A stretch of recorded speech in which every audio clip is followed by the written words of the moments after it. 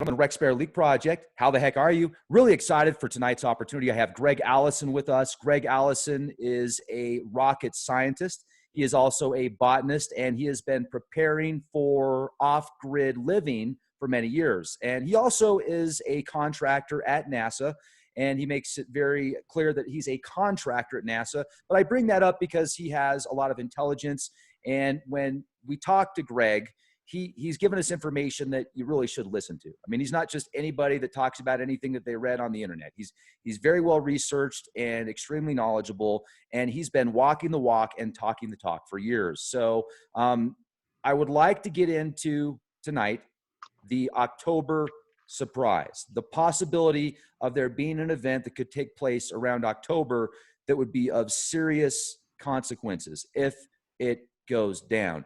Now, the reason we're going to talk about this, and remember, this is for entertainment purposes only. This is a live action role-playing game.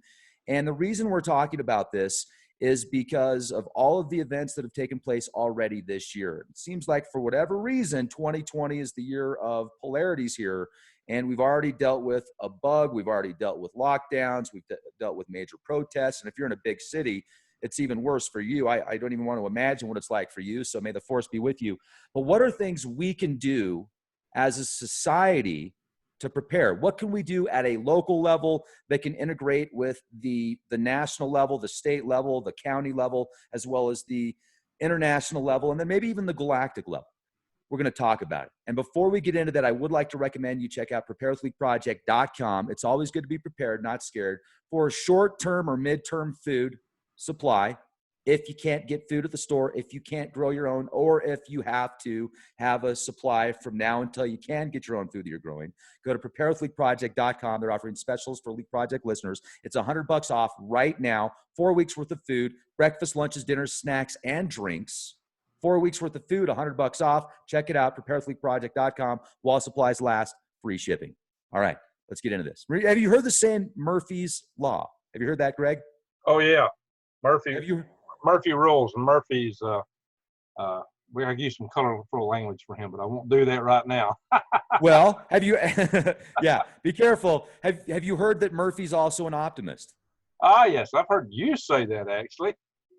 Yeah, so Murphy's an optimist, and if you think about it, if you have it, you're less likely to need it. If you don't have it, you're probably going to need it. Anyway, let's get into this, man. I mean, I have so many great ideas I want to share with you, Greg, and I know that you have a lot of ideas you'd like to share with me. So let's bounce these ideas off each other back and forth, and maybe we can create this in the universe. I've already got some great ideas. You go first because I've been talking for 5 minutes. And, dude, you look awesome. ZZ Top's got nothing on you. Dude, I sure look awesome. I got the shirt and the hat from you. Well, you don't need that, bro. Yo, man, that's a good-looking shirt. Yeah, that's what I'm talking about. If you look under my locks, you'll see a Leak Project sign. You are protected. There you go, protected. And for our buddy Diamond, Oppenheimer Ranch Project. See that? I didn't get the hat from you. That's another guy that walks the walk and talks the talk. Amen, amen. So he's doing some of the stuff that we can be talking about here. He's on his way, and several of us are. So, you know, this has been a year that's been a roller coaster. I even did a video about, you know, the times coming to 2020s, and boy, it sure hasn't waited around. It's not slacked off at all. It's taken off, and it's nonstop. It's been one shoe after another shoe dropping. Rex, I feel like we're in the eye of the storm. I really do. I feel like we've had the first wave hit us in terms of a bug and lockdowns and things like that, and then protest. But they all just came at once. And now we still have a bug. There's still protest pressure, but I think the people are taking a regrouping, a relaxing. But I'm expecting it to come back. Anytime something relaxes, it comes back. In a storm, you've got the eye. So it's natural you'd have these kind of things. But I also think there's other forcing functions that can make things a lot worse. For one, we got elections coming up. And there are people that would like to play that and game it any way they can. Whatever you believe about it, whether you believe it is or isn't, or whether you're on left or right, when it comes to you surviving, that's almost, it is material, but when it comes to you surviving, you need to know that you need to prep. You've got to get ready, be prepared, not scared. But more than that, I've been saying for a long time that the lone survivor, the lone prepper, is going to be very hard put to make it through.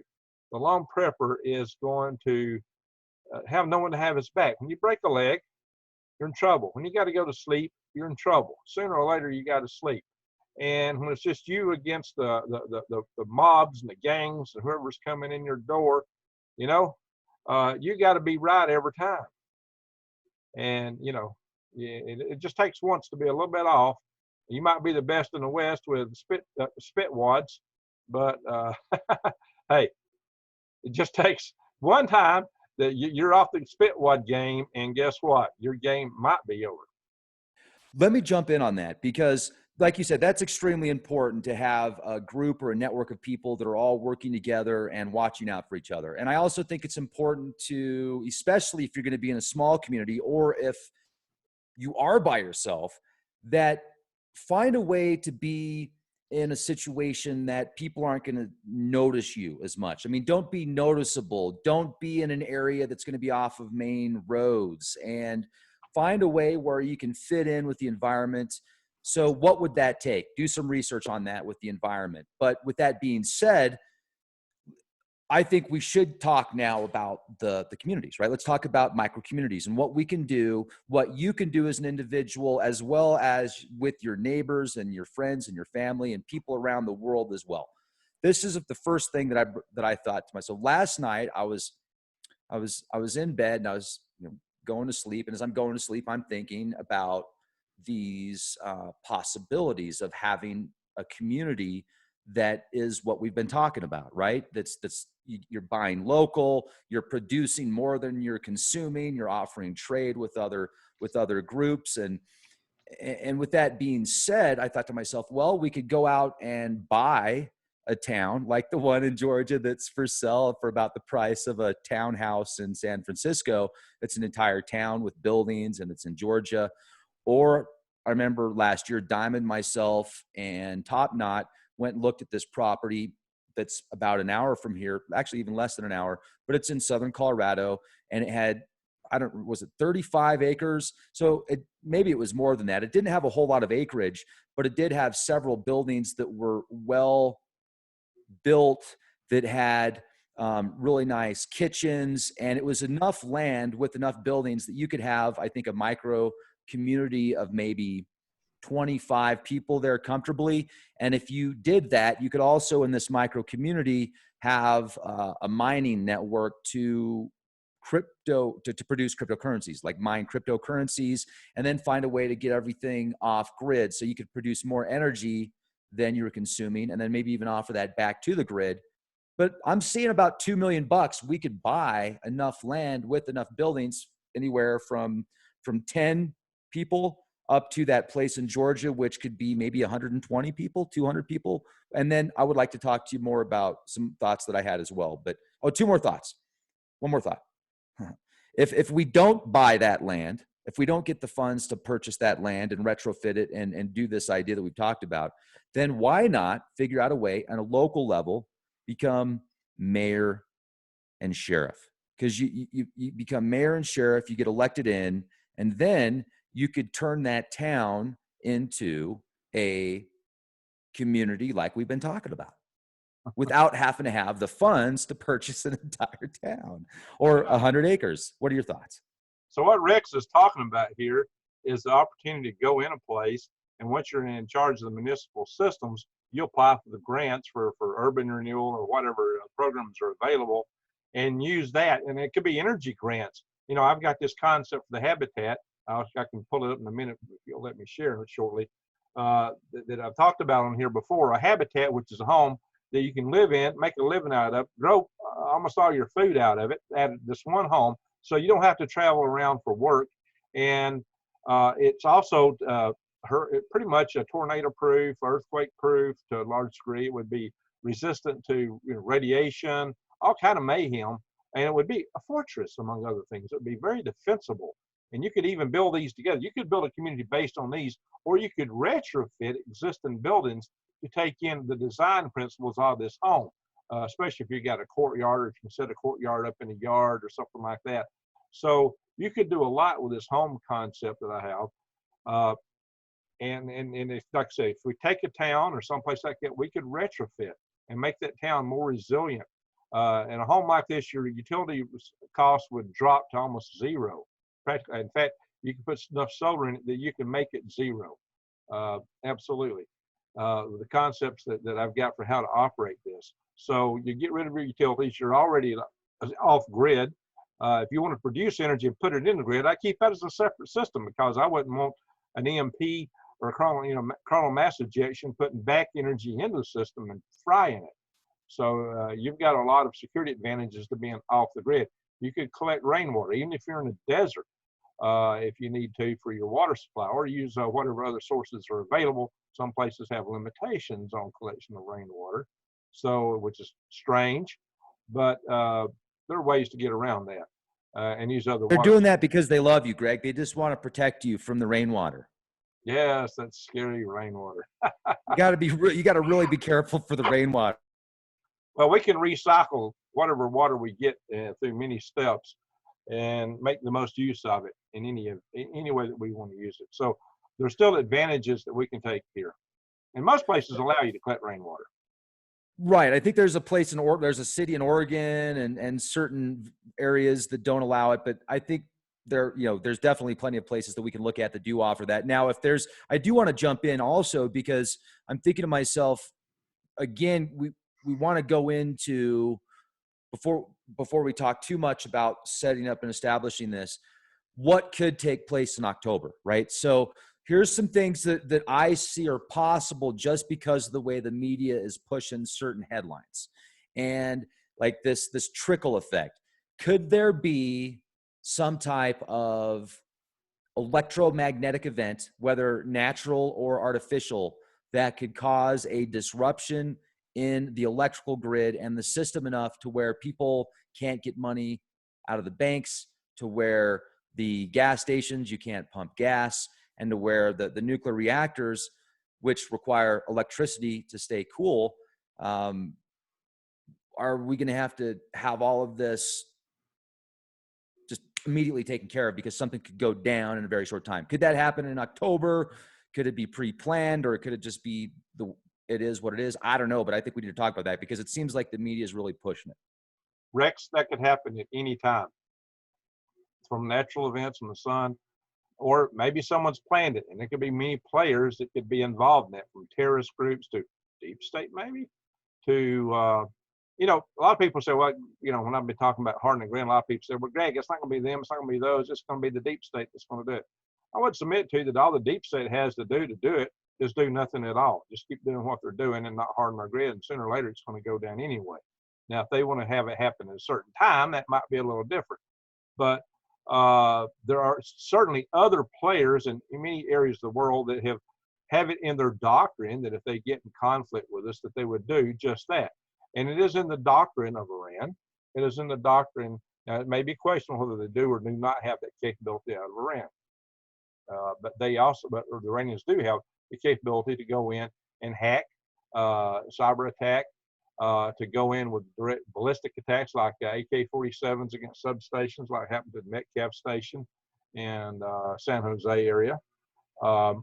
They have the capacity to, now the countries that we know that have the capacity and technology of the EMP superweapons, per Soviet generals having confided this when the wall fell, are the nations of so I'm going to throw my fingers total number of nations that we're really worried about. North Korea has the EMP superweapon. China has long had that technology. And of course, Russia originated it. And these EMP superweapons, Rex, are capable of, according to congressional testimony, and the congressional record, so I'm not citing classified information here, it was recorded in 2008 in congressional record when a former NASA administrator, who was active administrator for NASA at one time, who happens to be principally a Soviet weapons expert, William Graham, Dr. William Graham, got it from the Soviet generals themselves. And he is a physicist, by the way. William Graham is a physicist who specializes in EMP of all things.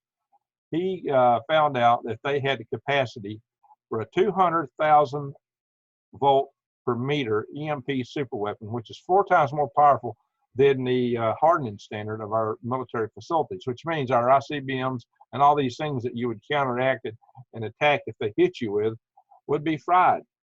They would be inoperable for most, for all intent and purposes. So we would be in a real deep pickle if somebody went out and hit us with that at first. And as you know, I did have a video from Miss Stacy Savicki of a Sustainable Stewards channel, and she had the vision, Rex, that we would get 2 missiles coming at us sometime around December. Now, that's possible. It's also possible something can happen earlier, like, as you suggest, in October. If the powers that be don't like the direction that things are heading in this country, politically or otherwise, they might pull any plug or any stop.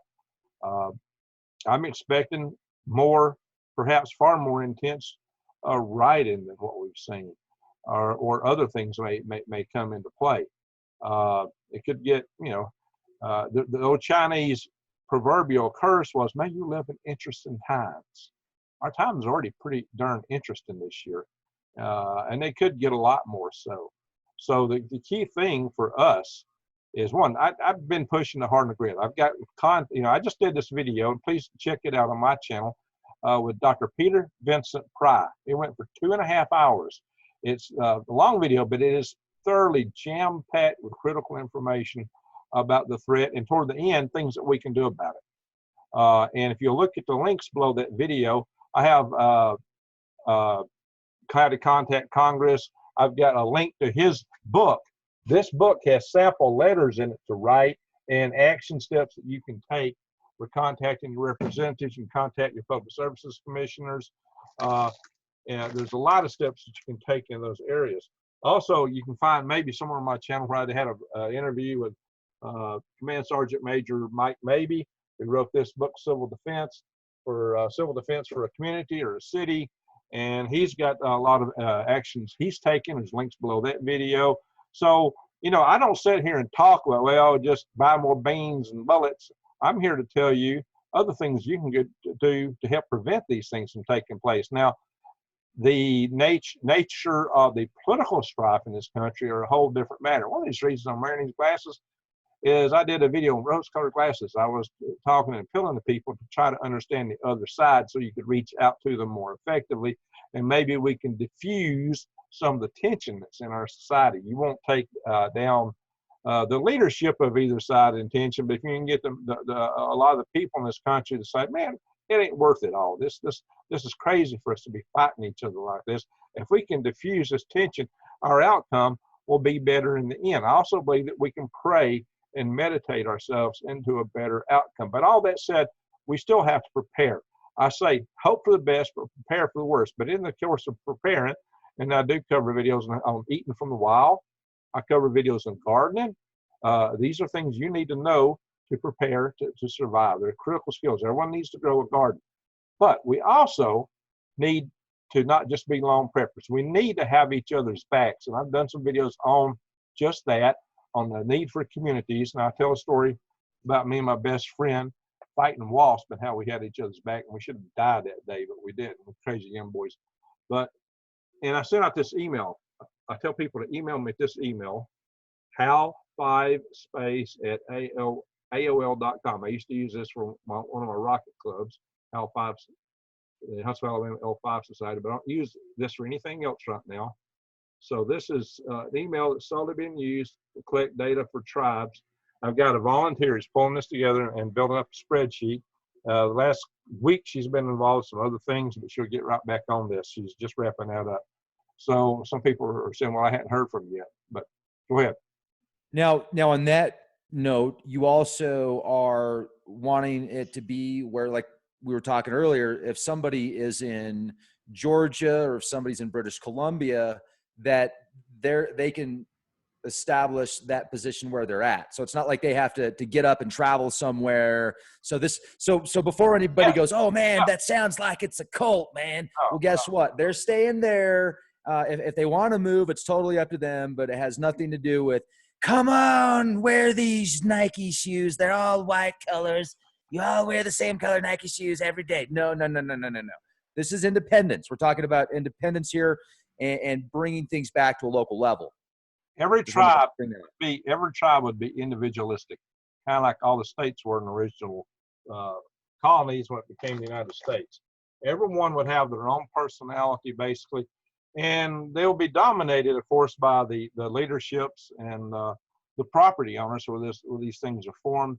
A lot of people have property. They want people there with them to have their back, so they see the advantage in not being by themselves to protect their property. And they want company, and so there's a lot of people that would entertain people coming into the organization. Now they're going to have to vet these people to make sure they're not sociopaths or psychopaths, and they can live and work with them.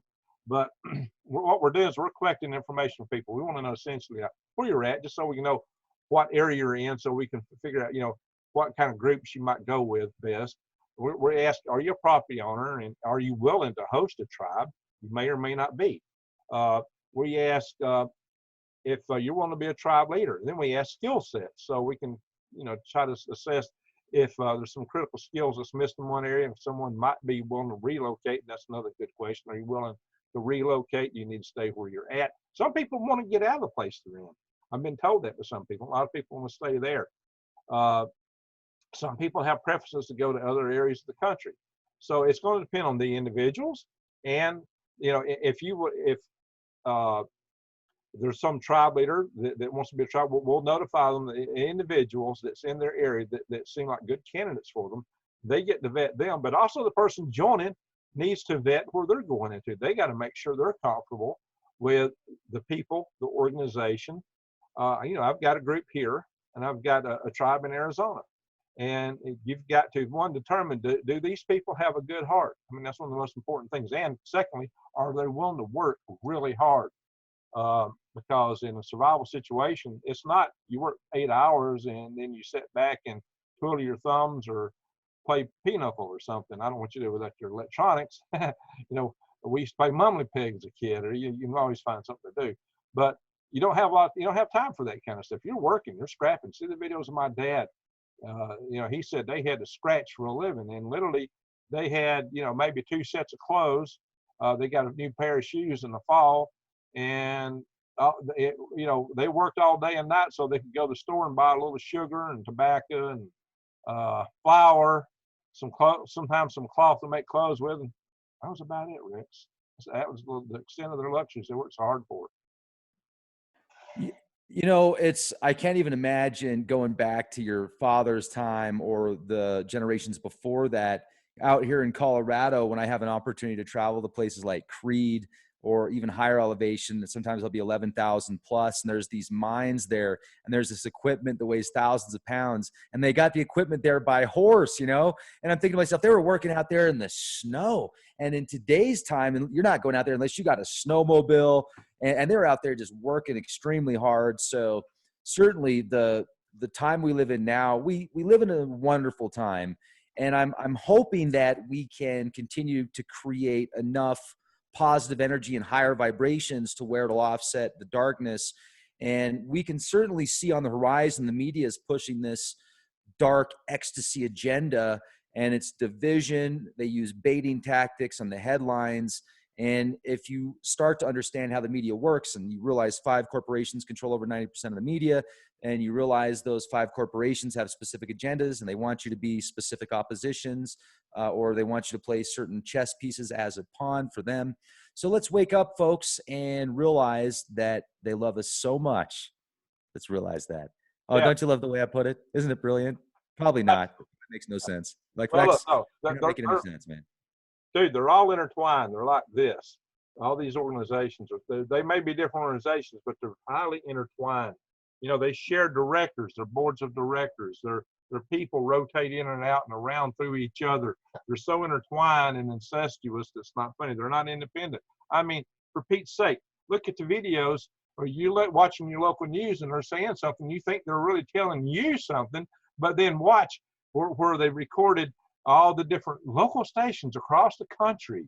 Like 40 stations, everybody's verbatim saying exactly without deviation the same thing, blah, blah, blah, blah, blah. And that was supposed to be the conservative news. Yeah.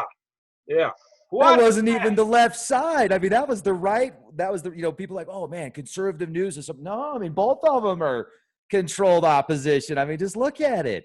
It's a speech. It's a script. Now, That's with that being script. said, what's that? Yes, it's a script. It's a script. It's, you know, so, and they don't deviate from it. They read it right off the teleprompter. It's all there on the teleprompter.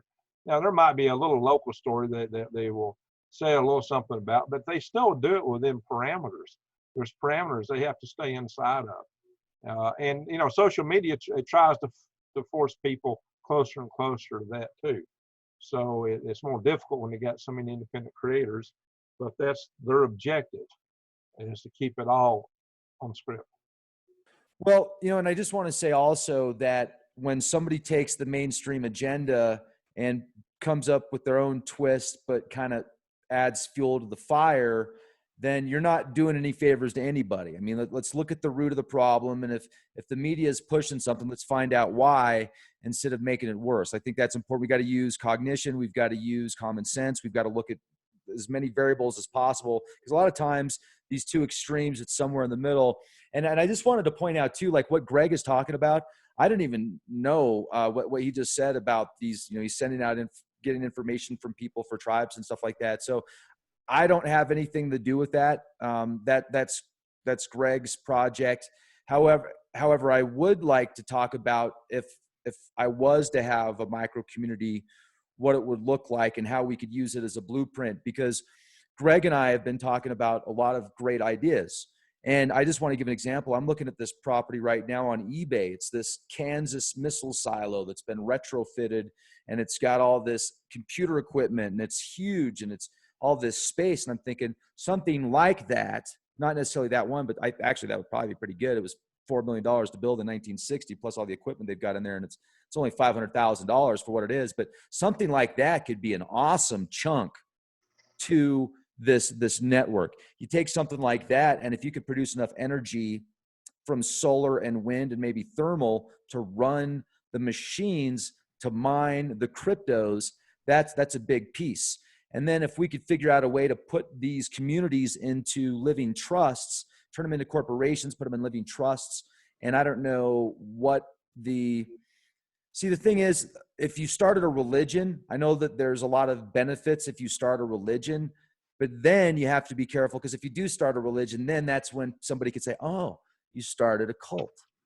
So is it worth the benefits versus the public eye and what people, you know, have to say about it? What do you think about that, Greg? We started an open source religion.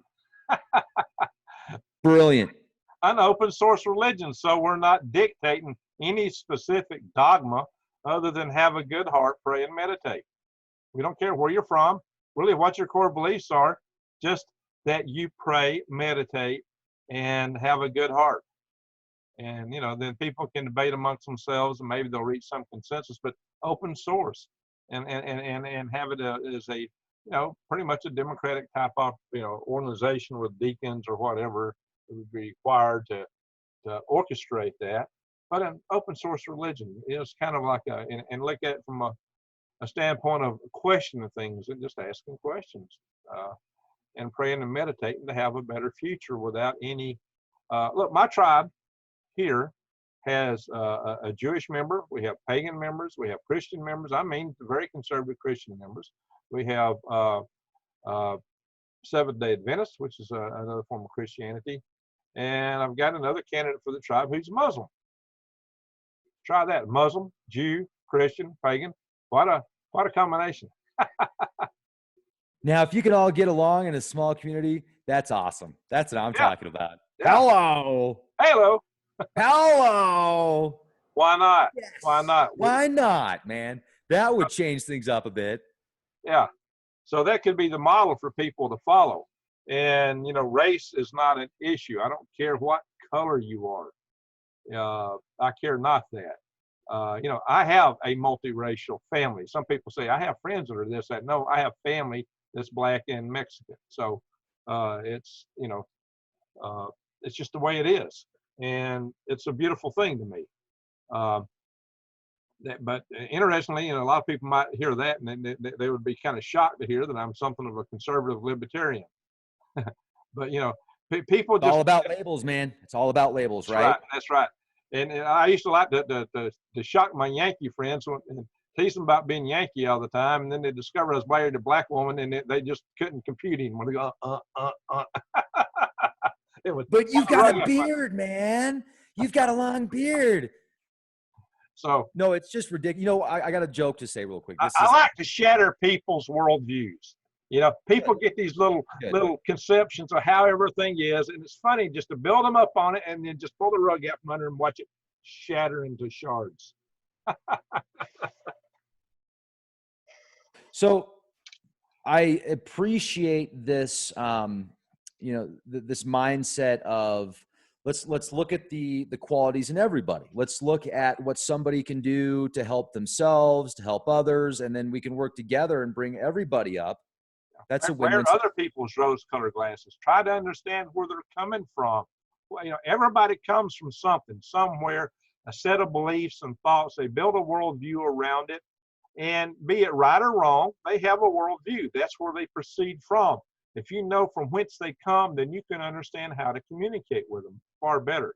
Now, some are going to be difficult to communicate with anyway because they're just so far over into it and some will never deviate from that. They're so deeply ingrained into it. But a lot of people you can pull around to other ways of thinking. I have totally transformed in my life from the way I thought when I was in high school to the way I think now. It was a 180-degree switch. And, you know, I've had, you know, ups and downs along the way. It's called learning. It's called evolving and growing up and gaining wisdom. You've got to be, in my opinion, you got to be flexible. You got to be willing to ask questions and take in the truth and be willing to change your worldview. If you're wrong, you've got to question things, question yourself. And that's a good way to grow to maturity, to true maturity, to gain true wisdom. If you're so locked into something, you can't see anything. You're blind. That's why it helps you to take off your rose-colored glasses, to take a look at them, ask yourself questions about yourself, and then look at the other person and put theirs on and try to understand the world as they see it. Now, you may not agree with it, and in the end, if there's, you know, riots in the street that are coming to burn your house down, I don't care who you are and who's coming to burn your house, you need to defend your home. So I'll stand up for that any day. Anybody and everybody has the right to take care of themselves. Absolutely. People do have the right to take care of themselves. And on that note, let's get back into the community. Let's talk about this. So I want to go back to this property that's a couple $1 million as an example. That it's got a large lodge, and I think that lodge had approximately 20 rooms in it, somewhere around there.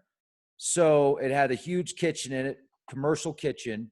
And then there was a couple other buildings that were duplexes, and I think it was on between 35 and 50 acres. So, and the location that it's at, you could take something like that, and if you could figure out a way to get people to come out there and you could do tours, right? So people could come out to that location. You could take them on tours, kayaking tours. You could take them on cross-country skiing tours. You could take them on petroglyph tours. You could take them on paranormal tours because there's a lot of paranormal stuff. But then also, you could have a laboratory. You'd want to have a laboratory where you're working on cutting edge technologies. Maybe you could even take Tesla's book, where all of his patents and stuff, you know, and inventions that he's working on, that at least are available to the public, and figure out maybe stuff that isn't available to the public, and duplicate experiments like that. Take what's already available and find people that are just really smart, but they don't want to be stuck in a university that's filled with the hive mindset. They kind of want to be independent. They want to be in a high elevation with nature, but they also want to learn.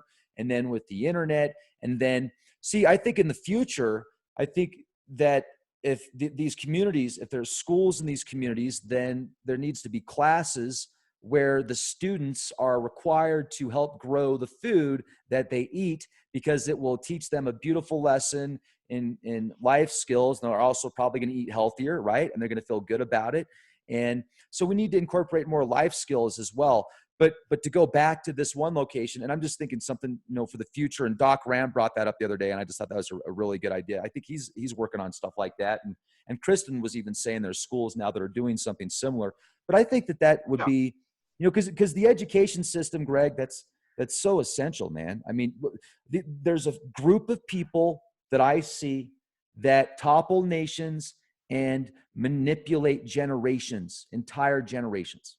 And I don't want to get too deep into that because I want to focus on these communities. So I brought up a couple ideas. Imagine if you had a school that enticed students to learn, that made learning exciting, to find out about what makes things work, to find out how things grow, what biology is, to concentrate on what math really means. What does, I've known people who have PhDs in physics who don't understand the basic principles of the terms and the equations because they've studied the equations so much they don't relate it to the real world around us. So, let the kids get their hands dirty to see what it really is. I mean, that's the way you really learn. Make it exciting. Don't make it a monotonous, boring, rote memory thing. I hated that when I was in school. I rebelled against that when I was in grade school. I hated rote memorization. I thought I was being tortured. So why are you making me do this over and over and over and over and over and over and over and over again? Of course, when they would punish you, they'd have you write, I will not do this like 50 or 100 times. It's like, this is the same thing I did all day anyway. What's different? Robot punishment, robot non-punishment. So exactly. So we've got to be more creative and let the kids be creative, because creativity and thinking, we need to teach them to think. They don't want you to think anymore. That is the wrong thing. That's what the one thing we need to teach is kids to think. When you challenge kids with something and make it fun, then they will really step up to it. And in terms of, if you got to do some rote memorization, turn it into poetry or songs. Kids will get it. And you can remember songs. You can remember tunes like nothing. There are ways and techniques to make the education process go far faster, far better. The kids learn far more. They enjoy it a lot more. And they'll look forward to school, and they won't be so antisocial because they're having so much fun with it. And we really need to, as a society, look at how we're structured. Now, see, one of the concepts for my habitat is a home you can live in and make a living out of. You can live anywhere in the world and make a living from this home. So you won't have to go around and chase jobs. I think one of the problems in our society today, Rex, is that families have had to leave their areas and chase jobs all over the country. Now, if you want to do that, you should be free to do that, but you shouldn't have to do it. And if you can, if you got to do like an administrative job, most of that you can telework today. I'm teleworking right now. And I think that's one of the lessons that is being taught and learned through this thing that's going around, is that that's a more potential than what a lot of people realize. And I think that's a good thing. So that part of it, I think we can use that in the future going forward, because I really believe if we can have people staying in one place more, you form communities. I mean, real communities like I knew when I was growing up. When I was growing up, Rex, the neighbors were like family. I mean, really and truly, you were part of their family. And we took care of each other. I mean, neighbors from way back. And the people in the community where I grew up had all immigrated from another community in Georgia.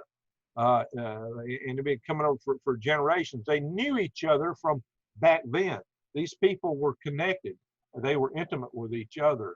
And they had some really strong bonds. They knew each other. They took care of each other. It's nothing like today where you don't even know your next door neighbor. It was meaningful. It had context. And there, back then, your extended family was around, your aunts, your uncles, your grandma, your grandpa. You didn't move away from that. So when I was a kid, we took guns to school. That was just common. Nobody even thought anything about it. I even took a gun in the class for show and tell. It was a muzzle loader, and I was dressed up like a mountain man, but it was all, and I had a cap and ball revolver on my hip, and that was the same kind of revolver that was used in the war betwixt the states. It was, this was all functional stuff, but nobody even thought anything about it. It was just, all the classes wanted to know all about it, and they thought it was kind of funny. But the thing is that nobody in those days would have thought to done anything crazy like running around shooting people in the school. It wouldn't even occur to you. I mean, if you got mad at somebody, you didn't pull a gun out, you pulled out your fist. You wouldn't even think of doing something like they do today. But there's many reasons for that. One is because you were raised in a family, you had better morals. You were taught things. Two, you had extended family. You might be mad at mom or dad, and that might take away a lot of your grounding, but you would worry, what would grandma, what would aunt so-and-so? There was always somebody in your family or a neighbor that you would not want to disappoint. You would not want this because you loved them so much, because you had that love, you had that extended family, you had that community. You loved them so much you would not disappoint them by doing something crazy. That was the biggest stop from people doing something crazy you could ever imagine. And finally, the third thing was, if you weren't that crazy, everybody else had guns too. So, you wouldn't get far. So, you just didn't have in that day and age what's going on today. It did not happen. Even though everybody had guns, it didn't happen. No, you didn't even think about it. No, nobody felt threatened that everybody had a shotgun in the back window of the truck. Eventually, people quit putting them there because we got robbery going on due to drugs and people were stealing guns. That was the biggest reason that kind of went away at first. It wasn't any kind of school policies or anything like that back in that day. And we're talking in the 70s. And I believe it was that way up through at least the beginning of the 80s, but it started to change in the 80s. But things, if we have a community, the reason I'm not making that as a point about, having guns, the point is community. The point is the power of community, the power of family, the power of neighbors, is that you don't want to do something stupid. You don't want to disappoint people. And you don't have to go for, the kids don't have to go join some gang to find affirmation in their life because mama is the only parent in the family and mama or dad is working, 10, 12 hours a day just to put grub on the table and to keep things moving, which is what's happening to many families. The kids are left by themselves or left to be raised by the wolves. The only interaction they get is through, their social media or each other. And a lot of times if they're not like a super popper, they will find themselves going to gangs and getting a lot of negative influence in their life. Or they get since they're not getting the kind of upbringing that grounded families can offer their kids, the school system is what's programming them. That's all. The only guidance they get is what's coming through the school system, and they have no other foundation other than that. So they don't have the foundation. They are free floating and very susceptible to being manipulated by powers that want to manipulate them in any way they want to, and they will start feeding them stuff, and they don't know anything else. They're going to start. You feed them the same stuff over and over and over, and you got several people feeding it that, and you got the main lamestream media and other things feeding this to them. Sooner or later, it's like hypnosis. If you go back to the story of Jacob in the Bible, Abraham, his brothers sold him off, and they thought he was dead. No, it was Jacob in the coat of many colors. They thought he was dead because they had told that story so many times they forgot that they sold him off. So let's go back to the community. Let's stay focused here. We go to a community that you're talking about family values, and that's extremely important. And it's extremely important to spend time with the family. And like you said, when you've got one family member or both family members, or both parents, you've got that are working all the time, and the kid doesn't really have, or the kids don't really have much of a structure. I get it. And I think most people see that. So if you can work closer to home and spend more time with the family, that's great. But what do we do to make that a reality? Because you know what? Kids nowadays, that's not important to them. Most of them, they'd rather play on their phone. They'd rather, talk to their friends on the social media. So because that's the way generations are, dude. We got to face that. That's the reality of the matter. Well, they don't know anything else right now. They don't know how those bonds are and how good they can be and how important they would learn that in time. It will take time for that to start creeping back into the culture, and maybe the phone time needs to be restricted. But we spoil our kids today, and that's one of our problems. Is that you take a gardener like me. We know that if we have a plant and we raise it in a greenhouse, we have to harden it off before we can put it out in the field or the garden, or it will die. It will get beaten down by the winds and rain. And so you introduce it gently into like some kind of environment halfway between the greenhouse and outdoors. I do that. And kids really need the same thing before they get sent out into the world, or they're not ready for it and they're not prepared. And what we've done is we've taken a bunch of kids and we sent them through an education system that's filled their heads full of muck that has nothing to do with the real world. And then we throw them out in the real world. and they get frustrated because they don't know how to deal with it. And then they get angry at everyone, and that's not a pretty picture. That You're right. Let me bring something up, because remember when we were talking earlier today, we were having a great conversation on the phone, and we were saying, hey, look at all these situations that are playing out right now in these big cities and the way people are acting.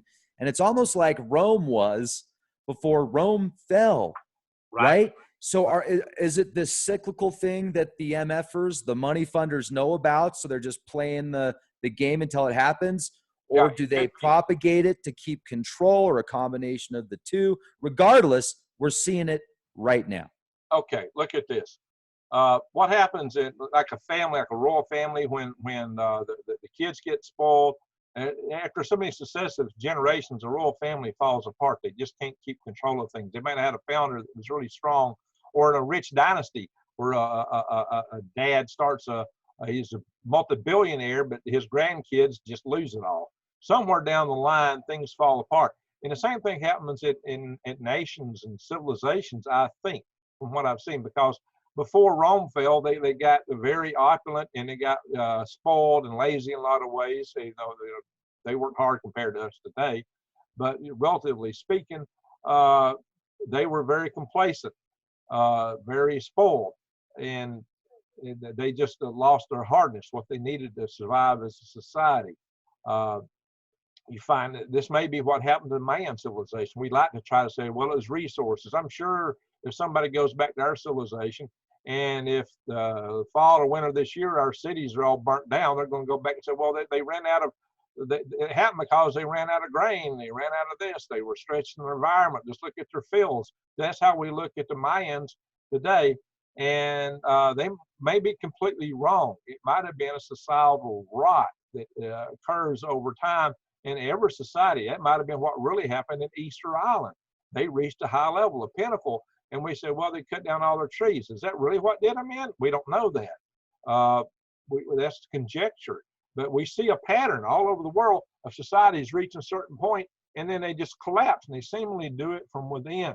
Now, it could be that they run out of resources. They're like the chicken and the egg that consumes everything inside the egg and never breaks out to go eat the grain outside. Which is why we need to go into space anyway. And develop better ways of living here. We can be totally sufficient and live an opulent life for everybody on Earth, with no one living in poverty, and have almost zero impact on the environment, with a max population projected by the UN if you live in habitats similar to what I'm talking about, Rex. Let's get into that then. So let's go back to that place in Georgia, right? Yeah. How would you turn that town in Georgia that was for sale? I don't know if it still is. How would you turn that into a completely self-efficient community? Excuse me. Well, it's an anti-COVID cough, just so you know, folks. I'm cool. I've been tested. I'm negative. So they put nanobots in you, bro. Just joke. I'm joking. Or am I? All right. So, Rex. I'm muting myself right now, Greg. Look, we could go into any community, and like that one. That community has certain attributes. It's got a big theater. It's got this huge, beautiful inn home. Make a great B&B. In fact, I've had dreams years ago that looked just like that house, and I looked at that place and I thought, really? Wow, that was spooky to me. And my first time there, when I was there, actually, Rex, I was recording, and I played them later. I heard voices, so I went back. I've been to that place, I don't know, 2 or 3 times now, and I actually went back to look to see if I could recapture those voices, and it didn't happen. But that was really spooky. Now, it's the downtown is what's being sold. The city hall is still there, and there's still a business next to it, and there's homes around outside the main core of the city. So it is a community, and it's got an extended community around it. But there's acreage there. There's a syrup mill. There's a shop, where you can make things. There's no cotton warehouse, not a big one, but it's big enough. It's by the railroad tracks. It's got the big theater. It's got a big restaurant. So it might be possible to turn it into an art center and have arts things happening there and entertainment. To do movies, you could do, you could do old Southern movies in that big mansion house. You could do just all kind of things. You could do westerns there, actually, especially in that theater and surrounded about that. You could do many different things along the entertainment spectrum. You could really have an art center there, but that could be one of the pulls. But you could also create greenhouses and grow things and send them up to places like Macon, Georgia, which is the closest major metropolitan area where there's a lot of people that would, be customers for things you could grow to eat. And you could do other enterprises like you suggested. You could mine Bitcoin. You could do, we could have a laboratory. I do have a certain set of friends. Let me jump in on the laboratory. Let me jump in on that. I'm so glad you brought that up. I was going to bring that up and I forgot, and then I was going to ask again. So we get a laboratory with 3D printers. We have blueprints for car parts, for machine parts, for anything that you might need to order that we think could be beneficial. We have the blueprints for it. And we have people that design blueprints for these 3D printers. And we get 3D printers that are not only biological 3D printers where we could start printing up organs eventually or something like that, but also we have these technological printers as well that can do machine type work with metals, etc. But yeah, let's talk about the laboratory stuff. I just wanted to throw that in there. Your thoughts? Oh, by the way, I've got some contacts here that are doing 3D printers to make actually farm bots actually that could actually work your garden and things like that. So that's cool. That's kind of entertaining. So there's also you can make all kind of parts. And one of the ideas I have this home is you can put 3D printers in the basement and make stuff yourself. I believe we need to distribute manufacturing as much as possible and get away from centralized stuff as much as is possible. You would still have an internet connecting everything. There's still going to be some centralization, communications, and things like that. But I believe as much as possible, we should decentralize things. We need to localize things. I tell people to vote with their dollar and buy things local. We would have the ultimate local in our communities, Rex. And what I have in mind here is a network of communities. That's why I'm doing what I'm doing and collecting this is to try to develop not just a community, but a network of communities throughout the country. We could trade between each other. And if you know where the other communities are, if you need to travel around and we're living in a time that's not safe, at least you would know where safe havens are along the way. We could help each other out in so many ways, trading between each other. And maybe we could even share people when certain skill sets are needed from one place to another. That's why it's important to know what someone's skill sets are as much as possible. Now, everybody's not going to have necessarily critical skill sets, but it takes the broad spectrum of everything to make a community pull together and work. So it might be that you know how to sew. That's a very important skill set in a time like this. You know, well, that's all I know is how to do this. Well, you know what? That's very critical in a time like this. You're not going to have factories that's going to be putting out your clothing anymore. You're going to have to make your own. You might get by for tens of years repairing clothing and materials and refitting and repurposing things like that to a point till everything just wears out. But that's a strong possibility. Now, as you said earlier, we really want to avert the bad stuff. I really hope that we can. And I do believe that we have a strong prospect for that. But if we fail, at least we have a far better chance of surviving. And if these bad things we talk about never come to pass, I will be happy as a clown, because I would like to maintain society and have a productive future. I would like to have a hopeful future with freedoms, of course. And one thing we can do as communities is we can ask and demand that we maintain our freedoms. But all that said, Rex, I really believe that here's the thing, if these things don't come to pass, people go, oh, you did all this, what'd you do it for? What you're going to have is you're going to have a beautiful community with people that are close-knit, living closer to nature. They're going to live close to the food they grow. They're going to be eating healthier. So they're going to be healthier people. They'll be wiser people. You will have the friendship, the camaraderie of your community, your family, your extended family, your neighbors. It will be unlike what we experience today where you don't know your neighbors. It will be a beautiful experience, Rex. wherever yet. We can take any place and turn it into a beautiful, flowering human community. That is the dream. That is the vision. So whether it hits the fan or not, I don't think you could get any better than this. Having a place that you're living in harmony with nature, where you're putting no footprint out into the environment, in essence, where you have each other, you'll have more free time, maybe hopefully to do arts and crafts and be expressive, creative. I think it would be an ultimate beauty, Rex, to live in harmony with nature. I just think it would be such a rewarding experience. Growing your own food, the experience of that, Rex, it would be a beautiful, beautiful community, and I believe each home should be built as a piece of art. Yeah, and each home should have the opportunity as well to have, like you said, the 3D printers, so you can decentralize manufacturing. You can have some type of energy grid system where you're getting solar, you're getting wind, you've got a water filtration system, you've got some type of well system. Your front yard is filled with food instead of just grass that you're going to mow anyway. But I was going to talk about a couple of things that I think, man, I need to go back here. So another thing that's important, let's say we've got these networks that are around the country, right? And you could have drivers as well. So if for some reason you couldn't get supplies, or if the post office or if UPS or FedEx wasn't running, then you've got that option. And then also I think it's important to have a communication system where if the internet goes down, you can communicate as well. And then another thing, like you said, we've got the food, the food option. So food, water, clean water, clothing. What else? So laboratories, and then we need to start doing like experiments with some of this, like, I don't want to call it free energy, but different types of energy. And maybe we'd have our own Bitcoin or something like that, our own currency. That'd be interesting. What'd you say? I'm sorry. Maybe we could have our own version of Bitcoin or something like that, our own currency. Get him. Don't no, you can't talk that way.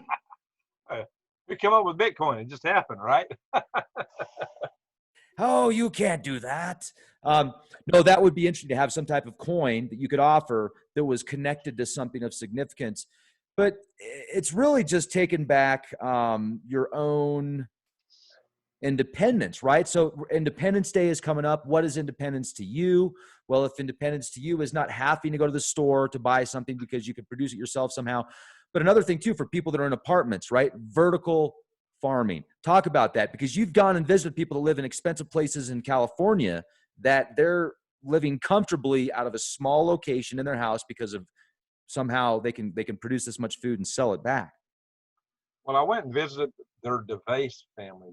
The DuByne family on a tenth of an acre produces enough food that they were originally feeding 4 adults. The father died, but they had 3 adult children there. They're still there.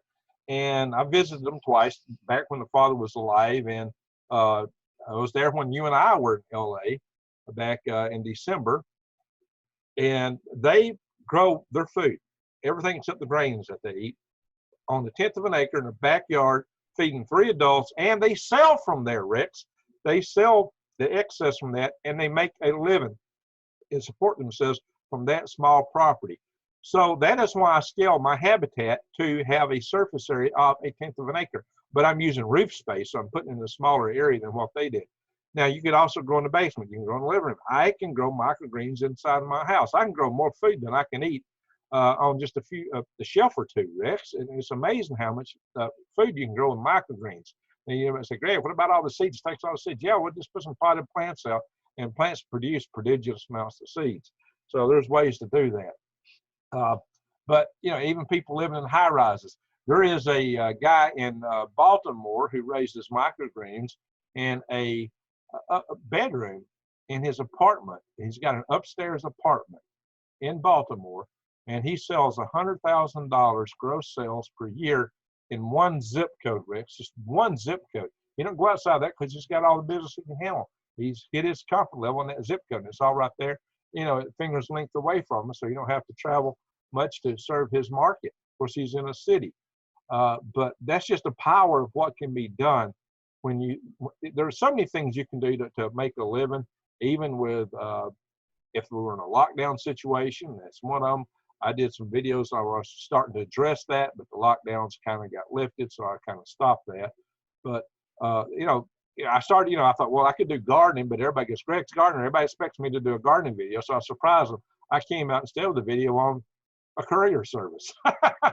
Because courier service, I said, that's going to be really in demand. This is something a guy from the city can do. I thought, you know, what could somebody do that's in the city other than growing stuff, which was what everybody expected me to cover. So instead I did the courier service. And quite frankly, there was a huge need for that. And couriers did really well in this lockdown situation. And they're still doing well. There's always a demand for couriers. There always has been, always will be. And it was even more intense at that point in time. So that's always a good option to look into. You just got to be creative and ask yourself the following questions. Where are the needs? What do people want? What's not being fulfilled? And what can I do? And when you find an intersection there, then you've got an opportunity. That's what I'm talking about. Yeah. Check this out, Greg. So 3D printers for technology and biology, a laboratory, work on GMO foods that are actually better for you, not worse for you, like the opposite. Vertical gardening, organic farming. We need people that can write good code. We need people that know artificial intelligence. We need people that know deep learning. This is what I see as now and the future, as well as technology, nanotechnology for the laboratory, and then servers that will hold all this information. Now we need blueprints for community, like the phones, right? So we need 3D printers that could print up phones at the capacitor level. At the chip level. We need EMF protection. So we're going to need laboratories that are completely protected from EMFs harm, like an EMP or a solar flare or something of that significance. We need to work on frequency manipulation.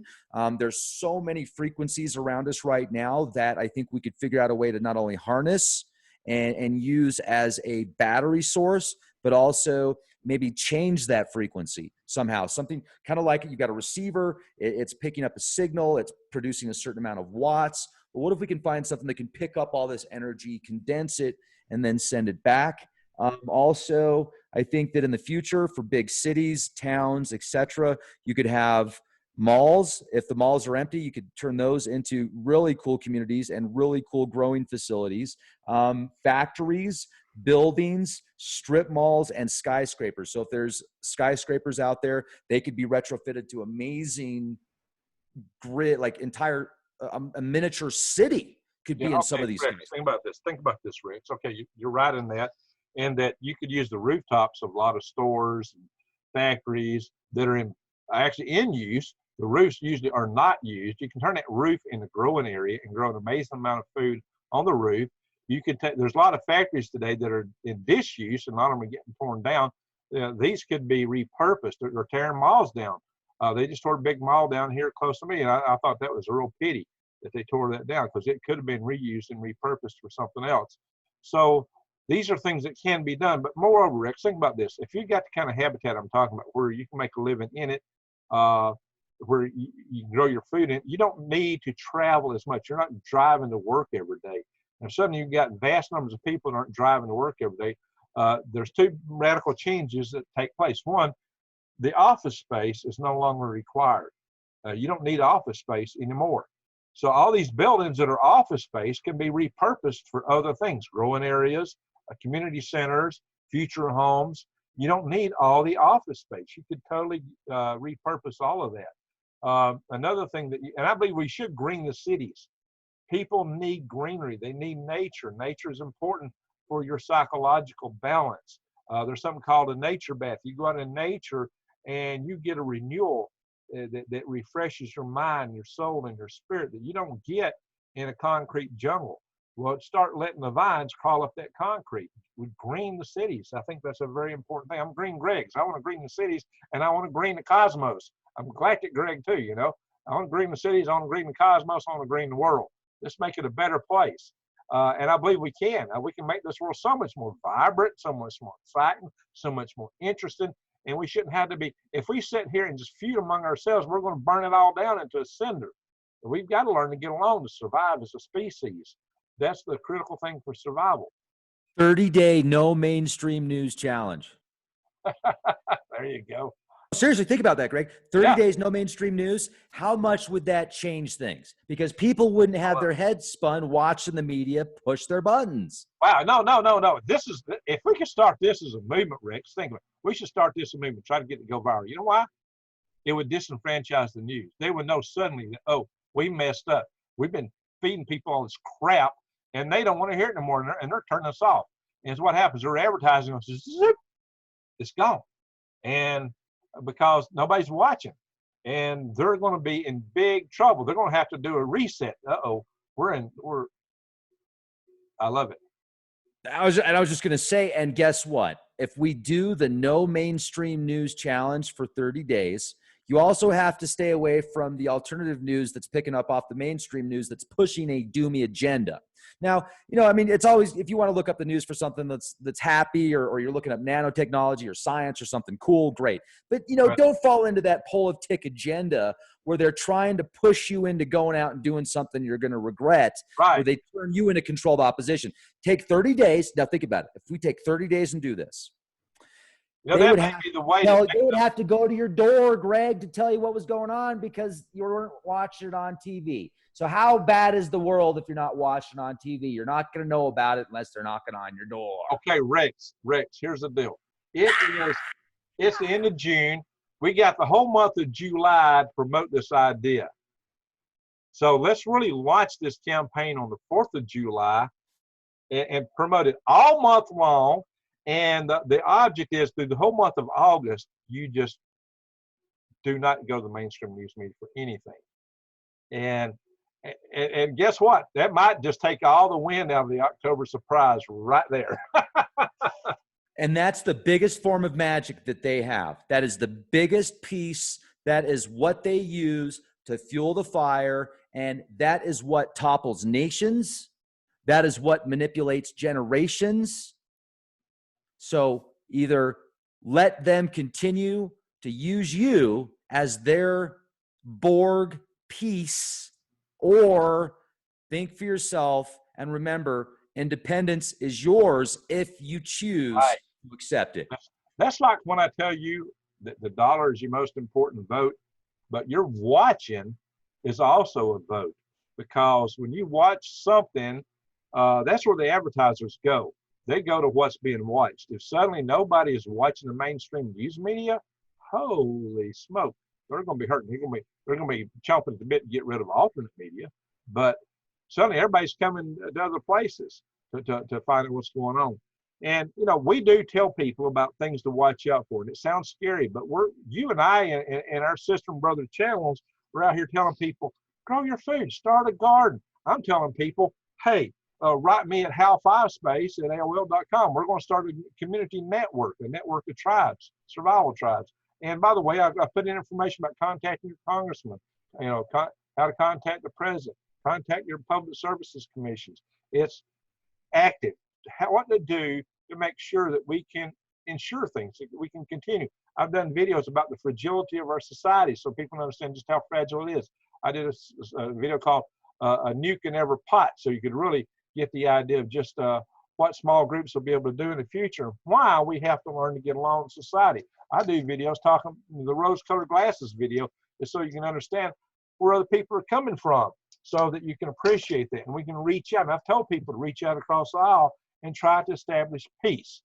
Now, that it may start, we still may wind up with our cities getting burnt down, but it won't be because we didn't try. But at least those amongst us that are awake and working toward this, we will be able to form our communities and live in some form of security. But we don't have time to waste. We got to get moving with it, Rex. And this idea you've got, we got to really get on top of it. But I love this 30-day no mainstream media challenge. Rex, that's a brilliant idea. I'm willing to promote that with you, and let's get our sister channels to promote it, and let's get it to go viral, because that's a most excellent idea, Rex. And it started, ladies and gentlemen, started right here tonight. Well, man, I appreciate that, because I've brought it up a few times before, and some people have been asking me, like, Rex, when are we actually going to start it? Is there an official date? And when you brought up the 4th of July, I thought to myself, that's perfect. But I want to go back also, because there's a few people, well, I don't know how many, 3 or more, because there's actually been several people that have left in the comment section that they're actually doing the 30-day challenge that I brought up before. I just didn't put a specific date on it. And they said they're feeling so much better. Like they physically feel better.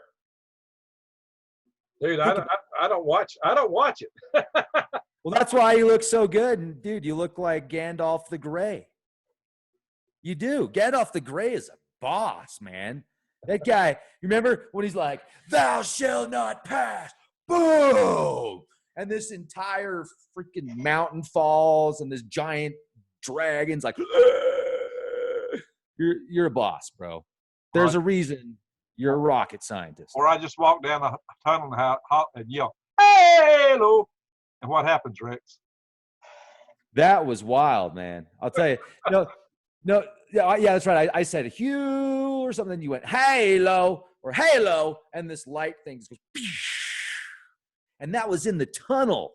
That tunnel is mad. We went out there. I actually figured out what we did when we went out there. We reversed some dark spell or something. We actually cleaned energy out there. I didn't realize it until about a month ago. I was brainstorming, and something told me, it's like, you and Greg went out there because you guys cleansed some dark energy out there, man. And it just came to me. So.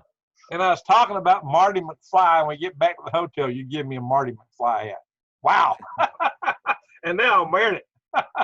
What a time to change into my Marty McFly hat. Yes. That's a good looking hat. The emanation of light. But that tells us we have a soul. We have a spirit, Rex, and we can take on the darkness. There's darkness about us. The way you get darkness to flee is you turn on the light. And I have told people this in the meditation sessions I had. I tell them, shine your light to the world. And where's your light? It's from your love. Shine your love to the world. And this is how we can take it on, Rex. This is how we dispel the darkness. We've got to get out there with the love and express the love and share that and shine that. That is the most. And if you don't want something, say, "No, thank you." There you go. You're going to take this. No, thank you. And there's certain things that I have no intention of taking. Yeah. No, thank you. And you know who Gandalf was based on, don't you? Probably Merlin, the mage. Odin. But he did have both of his eyes, didn't he? In the movie? Oh, yeah, he did. Yeah. Now, Odin, wow, what an amazing God, human turned God. You know the name human? I actually deciphered that. Hugh, man, God, man. Hugh is the word of God. Right. Hugh, man, is God, man. No wonder there's something out there that doesn't want us to reach our full potential, Greg. And what were you chanting in the tunnel? Hugh. And what is Hugh? The word of God. It is. It's 432 hertz. It's the, if I get it right, it's the A note. And it just happens to be my middle name. Yeah, I know. Man, hair's standing up right now on my forehead. Well, Mr. Greg Hugh Allison, let's finish this off with a light, happy note. And I want to let everybody know that we want to help people. We want to bring people up. This is, we're just talking. We're giving ideas, opinions. This is a live action role-playing game. This is for entertainment purposes only. Let's work on helping each other out, folks. Let's be excellent to each other. Amen. Rex, let's do this. Let's think about, if you're listening to this show, and if you want to start a community, especially if you've got some money burning a hole in your pocket and you really want to invest in a community, then we have a concept. Rex, maybe can I share my habitat? Just show a quick, you have to enable me to do that. Tell me when you give me that. I will pull up my chart here. Just show it briefly. I'm not going to make a presentation. I just want to show people what it looks like. Let me know when I can do that. They've changed Zoom. It used to be so much easier to use. I don't know, man. I'm looking. Showing you can share. I don't see the. I don't. It says host disabled, participant screen sharing. I don't know, man. Didn't used to do that. Anyway, well, they changed their software, so we can't play as much as we used to. Golly. No, because I've got the share screen. I click on that and it says one participant can share at a time. That's what's clicked. Let me try this. Multiple participants can share simultaneously. Try it now. See if that'll work. Maybe that's it. Okay, very good. All right. Now this is your content, right?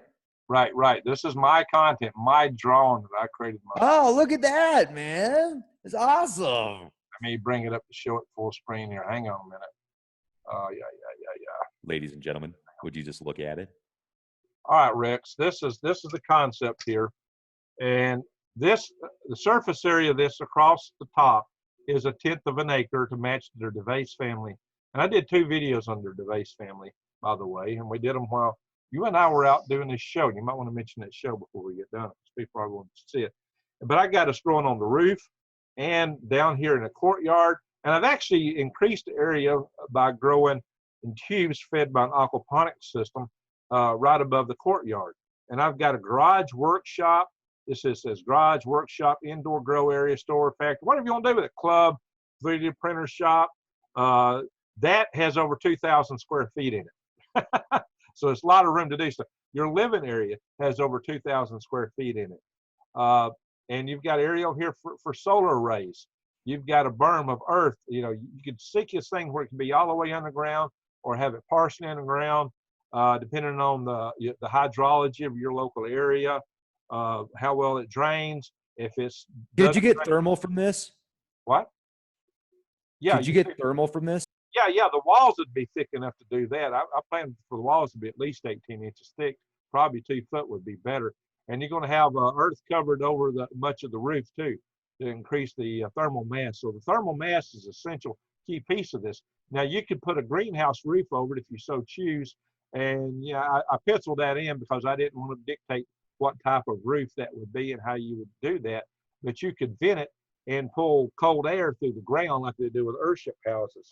And to cool the inside when you want to do it that way, or you could accumulate the heat. If you so choose, you could collect the rainwater off this area. That's a lot more rainwater collection area than the earthship houses use.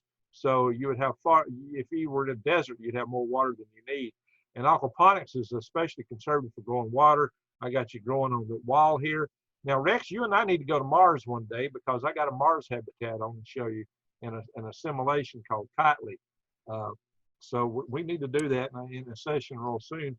You're on. So everybody stay tuned. Rex and I are going to Mars. That's what I'm talking about. So if this is like your kitchen, bathroom area over here, you'd have a solar hot water heater probably on the outside, although it could be mounted in here if you want to not expose it outside. But it's the intention is you keep that closer so you don't lose the thermal from it. And this is your solar electric. You're not going to require a lot of electricity because all you're going to do is run some lights, maybe a refrigerator, possibly a range, which you might use gas for that too.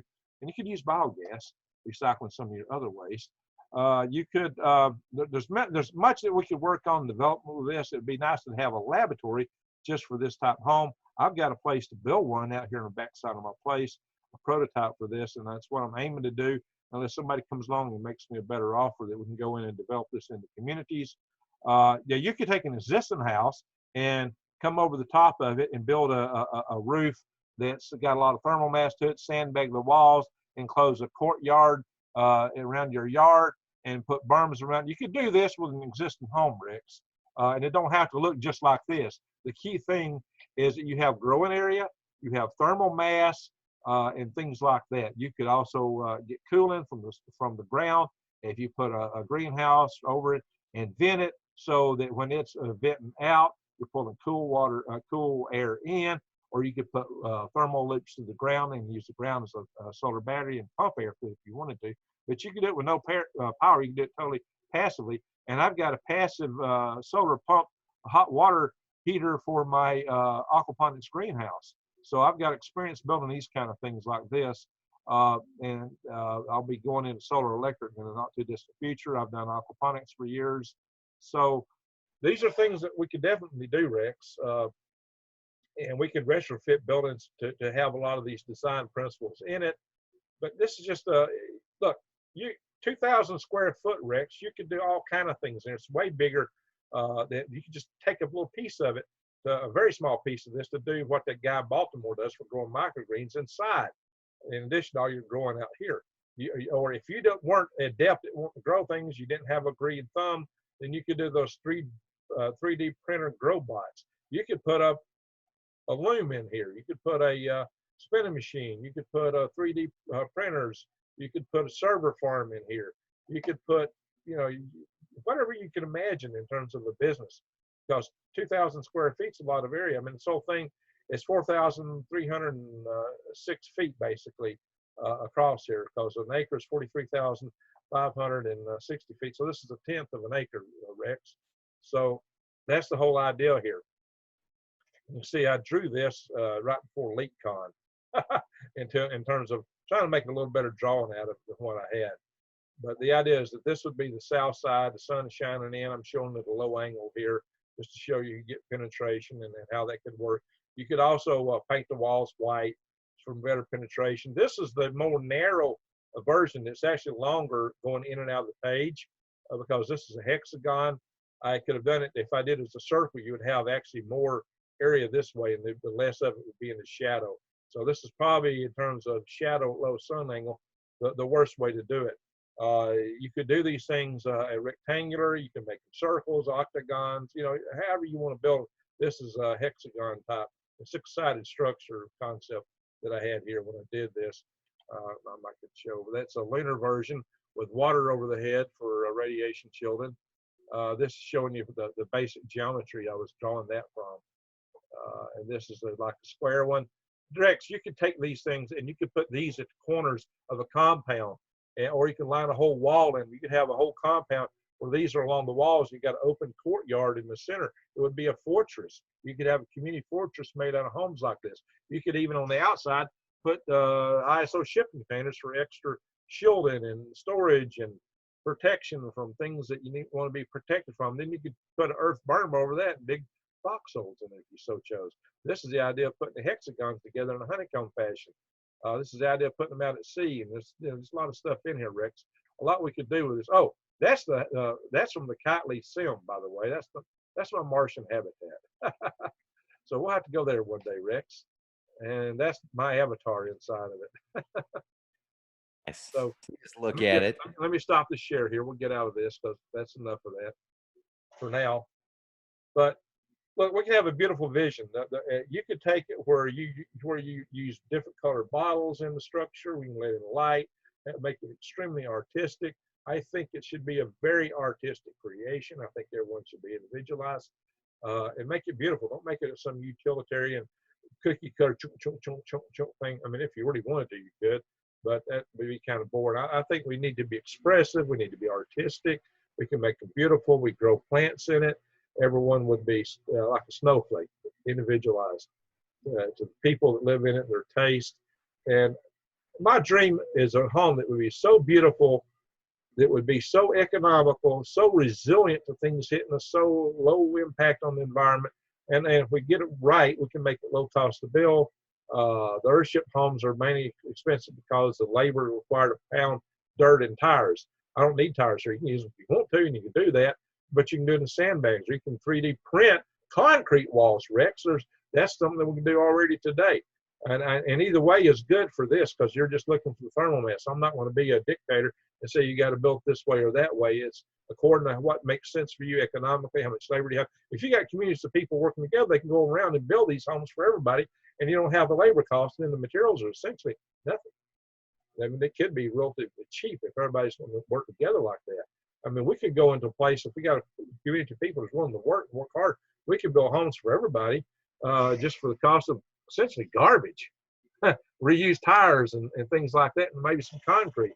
It would be very economical. The utilities would be essentially nothing. Actually, it would be nothing. We could actually sell electricity, you suggested, or use to mine Bitcoins or tribe coins, or whatever you want to call it.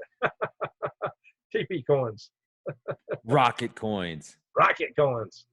So, dude, this has been awesome, Greg. The possibilities are limitless, Rex. It's whatever you want to do, whatever we can dream of, whatever our hearts and minds can aspire toward.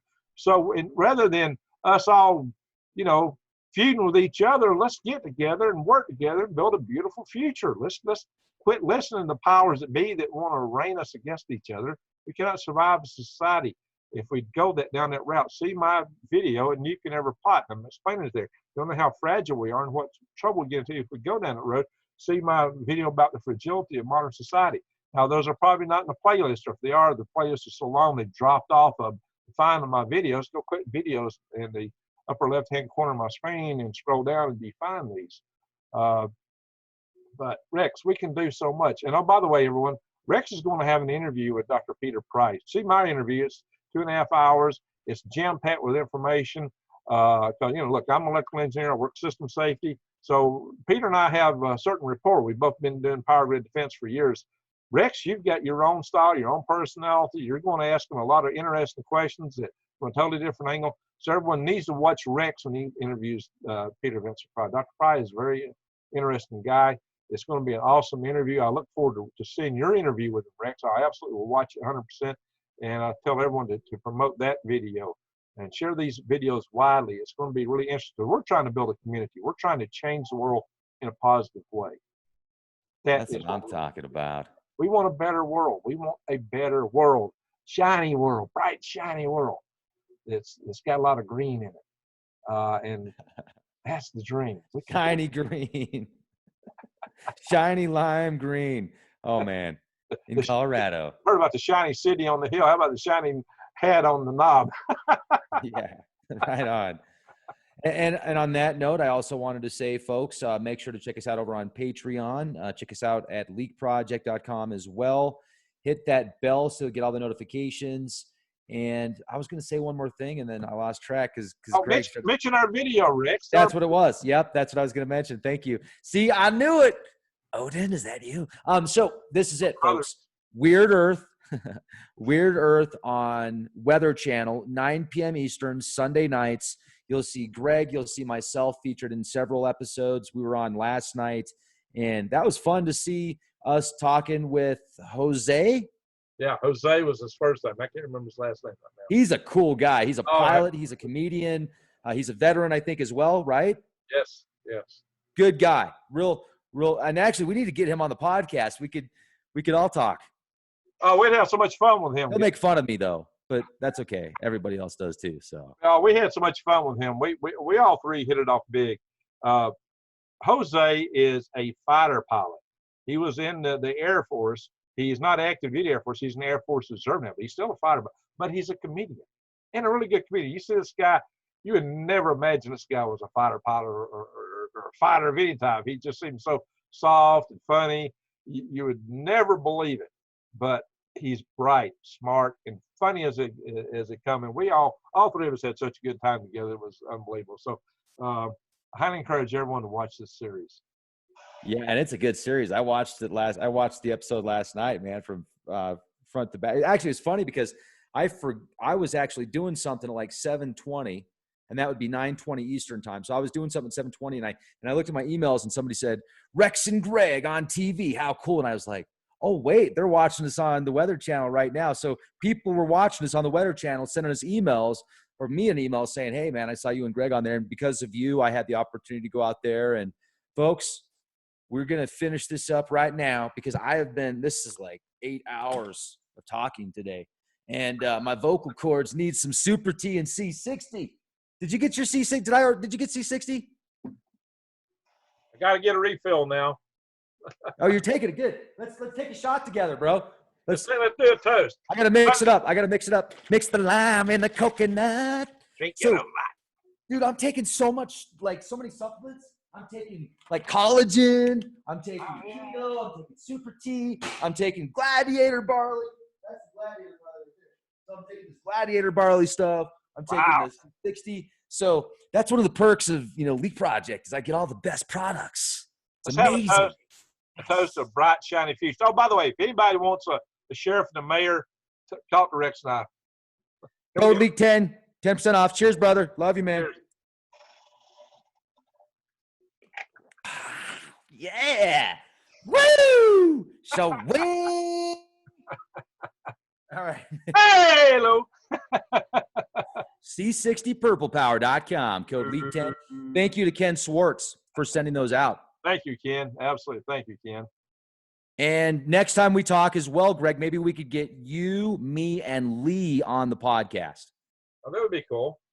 Cool. That would be awesome. I'd love to get on with Lee. He's an interesting guy. But you and I got to go to Mars one day soon, Rex. Soon, bro. I'm ready. I'm ready to go to Mars. Moab, then Mars, or Mars, then Moab. They're the same thing pretty much. There's just a little bit more air in Moab, and you can Jeep up there.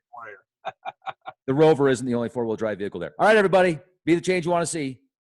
Thank you, everyone. Bye. All right, Greg. Here, there we go.